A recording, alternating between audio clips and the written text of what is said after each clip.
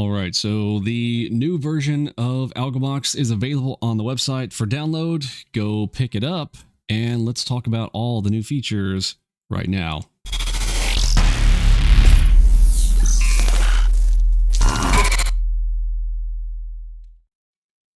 All right, welcome back. Let's get to it here. So lots of cool, I don't say lots of, there's a significant list of things. Let me pull this off of Always on Top. So if you are a nerd like me and you want to screenshot this, these are all of the new features and enhancements that you can check out. There's the list that I'm going to be going over right now, and I'm going to be showing you those to you visually through screenshots and walking through the items in the chart. So the first one on that list, let me pull this up here. Okay, so I went ahead and labeled these up in a screenshot, and let's get our drawing tool out here. So we'll start at the top left here. This is the new info panel. This one, we're probably going to be adding to this. Not super significant for you quite yet, but I am going to love using this target value at the top. This is going to be, you'll be seeing me use this in the live streams. Let me see if I can Control Z that. Right here, target value 21 ticks right now. Of course, this is after hours, but check out that info panel. That will be helpful intraday, and then the rest of this is going to be informational, things like realized, unrealized profit, high watermark. You might want to know, like, well, okay, where were you today? What was your potential? I kind of like knowing the high watermark. Did I get up to 1,000? So if I close out the day at like 700, what was my high watermark that day? It's just going to show me right there. I was up over 1,000. Of course, you can look at this stuff going into reporting and stuff like that. But we're going to be building out this info panel with a few more things. But we've just got the initial part of this out there. And this 21 tick value, we'll talk about that in some training. Okay, AudioBox. So AudioBox has been migrated into your installer now. You no longer need to come into Discord. I think you guys already know that. That was in a previous release, but now we've done some updates to it. There was a bug on occasion. Some people would get duplicated buttons up here. That has been fixed. The test audio button has been added, so you can click on the test audio, and if you want to change the sound, you can basically test to see if it's working. And then we also have the always on feature now. So if you have selected this to be on and you open up in a new chart or you close out everything, this will automatically save the setting that you had previously. That was one of the requests in the wish list area. So we got that in there on the AudioBox section there for you as well. We also, speaking of another wish list item, was the hotkeys for the half and double. So now you can bind a hotkey to the close half and close and increase to double your position size. Those are hard coded to Control Alt Shift H and Control Alt Shift D respectively. And of course, you can then go bind those to whatever else you might want to put on your keyboard. If you're using the Corsair that we recommend, you'll have the G keys on the left there, but you can rebind that combination to some other key on your keyboard if you like. Otherwise, you're going to be Control Alt Shift, whatever. You know the drill. So hotkeys, for those requested that is now there for the half and double. Not for flat and all. That one, I feel like there's already a flat and all with NinjaTrader. You can already bind that one, so that's already there. So we didn't need to add anything to that. It's already there. But if you wanted to know, can you flatten all? Yes, there's already a but that's inside of NinjaTrader. So go get that one. Buy, sell, supply colors and text on the crosses. This is probably the biggest enhancement. If you guys have seen me in my videos where I am looking at an area and detecting where the supply comes in and then detecting whether that is going to be retail or not and which direction they're going. Oftentimes it takes me a few seconds, and sometimes it's difficult for me to tell specifically at that moment.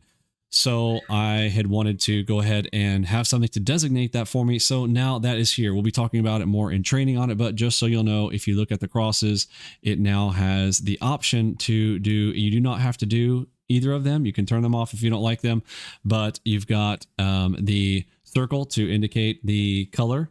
So red sell, green buy. And yeah, I know there's some folks with red, green colorblind. I apologize for that. There is a text there as well. Hopefully that's helpful to you. We may in a future release give some additional coloring options for that. For right now, it is green and red. Okay. Buy, sell, supply colors is now on the crosses. So that's awesome.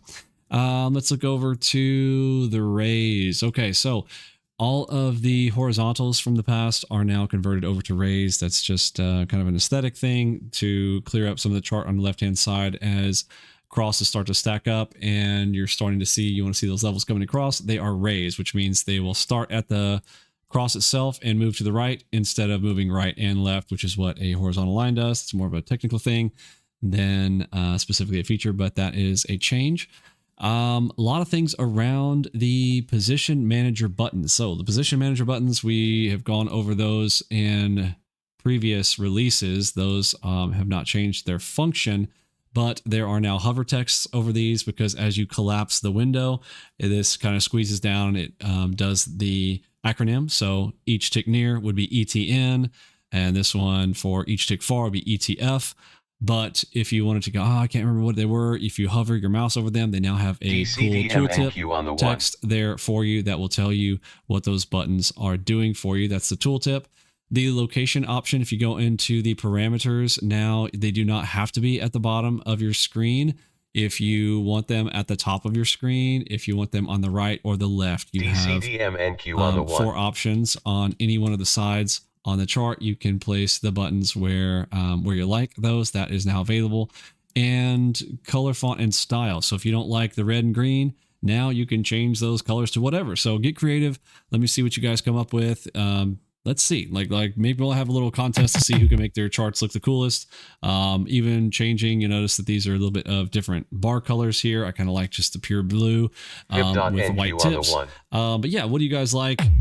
Let's get some workspaces going and post those in the chat. And there is a workspaces share section where you guys can share those on the left-hand side.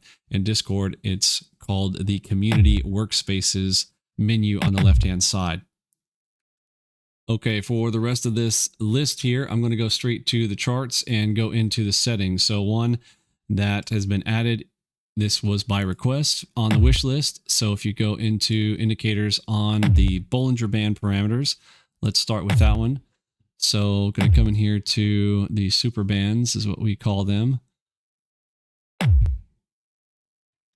So when I refer to super bands, we're talking about double Bollinger Pro right here on the left. Now you can enable sound if you would like that to alert you when it's touched. You can enable that. It's on by default right now for the higher time frames.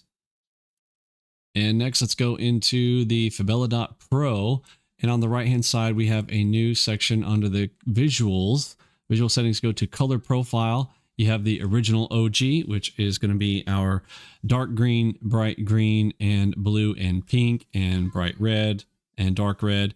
Those are the originals. But again, we had a lot of people with maybe even some difficulty seeing red green on their monitors. So those are, you now have some additional options here. You can choose some of these. You can play around with these. I'm not going to go through all those. You got red, white, and blue. That's an obvious one. Some of these Protanopia, Deuteropia. We just got to come up with some fun names here. Grayscale. You can play with those and see if you like those a bit better for yourself. That's really just a visual enhancement. Next, let's talk about the harmonic changes. So under the harmonic pattern Algo Pro, on the right, you will now be able to select pattern visibility. There are some people who requested, hey, I'd like to only show sharks and diamonds, for instance, because we have shark and diamond specific patterns. If you want a separate chart, like, hey, on this one chart, I only want sharks only. You can put the sharks over there, or if you want all of the weak diamonds, you can put just diamonds on a chart, whatever you want. However you want to use those, they are now selectable. By default, obviously, they're all turned on. This has already been there in the past, the name label on the PRZ, that is now defaulted. And the colors, another color change for those of you guys who had a harder time seeing things. You can now change the colors off of green and red. Pick a color, any color. You guys come up with some cool colors. I like to see what you guys come up with. I've seen some pretty neat ones with like some blue and purples and some pinks. They look pretty cool. So as long as you can keep the colors straight, more power to you.